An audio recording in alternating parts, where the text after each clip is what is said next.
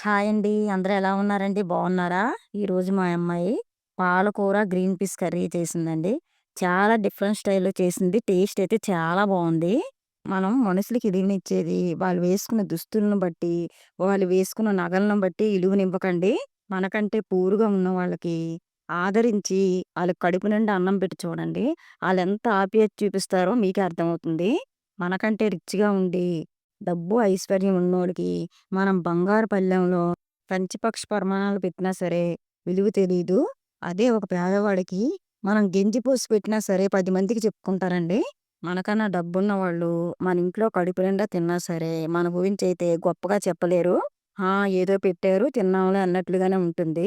ఎప్పుడైనా మన గురించి మనం పోల్చుకోవాలంటే మనకంటే తక్కువ స్థాయిలో ఉన్నవాళ్ళని చూసి మనం పర్వాలేదు అనుకుంటేనే బ్రతకగలం. అదే మనకంటే ఎక్కువ స్థాయిలో ఉన్నవాళ్ళని చూసి, మనం ఎందుకు ఎదగలేకపోయామని 10 సార్లు, 100 సార్లు అనుకున్నా సరే, ఆ గమ్యానికి చేరడానికి మనకు చాలా టైం పడుతుంది. దేవుడు మన నుదుటిన రాసిపెట్టి ఉంచాలండి ఏదైనా సరే. అప్పుడే మనం సరైన గమ్యానికి చేరగలుగుతాం.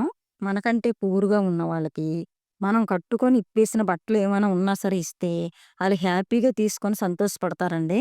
అదే మన ఫ్యామిలీలో తెగబలిసినోళ్ళు చాలా మందికుంటారండి. వాళ్ళకి మనం మంచి బట్టలు పెట్టినా సరే ఇలువ తెలీదండి. ఇలువివ్వరు సరికదా! మనం ఇచ్చిన బట్టలు వేసుకోరు. ఇసిరి పారేసే అవకాశం కూడా ఉంటుంది. మనం భూమి మీదకొచ్చినప్పుడు ఏమి తీసుకొని రాము. చచ్చిపోయేటప్పుడు కూడా ఏమి తీసుకొని ఎళ్ళమండి. మనం చేసిన మంచి చెడ్డే ఈ భూమి మీద ఉంటుంది. అందుకే మనకు ఆశ్రయించి ఏమడిగినా సరే లేదనకుండా మనకెంత తోస్తే అంత ధర్మం చేయడంలోనే ఉందండి మన గొప్పతనం. దేవుడు ఎక్కడో ఉండడండి. మనలోనే ఉంటాడు.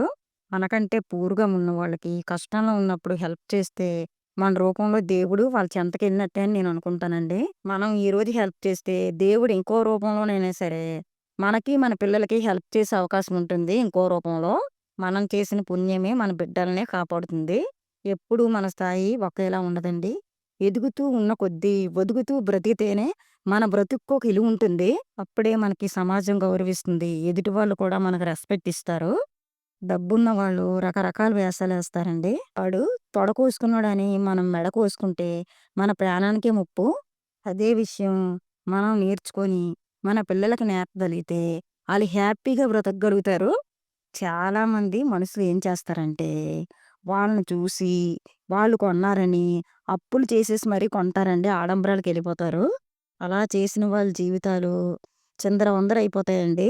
అప్పులతో బాధపడలేక, వచ్చిన వాళ్ళకి సమాధానం చెప్పలేక, నరక వేతన పడవలసి వస్తుంది. అందుకే గంతకు తగ్గ బొంతన్నట్టు మనకి మన స్థాయిని మర్చిపోకుండా బ్రతకగలిగితే హ్యాపీగా బ్రతకగలుగుతాం. ఒకరోజు వేషానికి మీసాన్ని మాత్రం తీసుకోకూడదండి. ఇలాంటి విషయాల్లోనేనండి ఒక్కోసారి ఏమవుతుందంటే మనకే తెలియకుండా ఇలాంటి తప్పులే జరిగిపోతుంటాయి.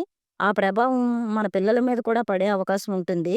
ఈరోజు మా అమ్మాయి చేసిన పాలకూర, గ్రీన్ పీస్ కర్రీ అండి. చాలా టేస్ట్‌గా ఉంది. ఈ స్టైల్‌లో ఒకసారి ట్రై చేయండి.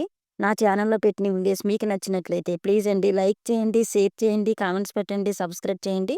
నోటిఫికేషన్ కోసమైతే గంట సింబల్‌నైతే యాక్టివేషన్ చేసుకోండి. Thank you for watching.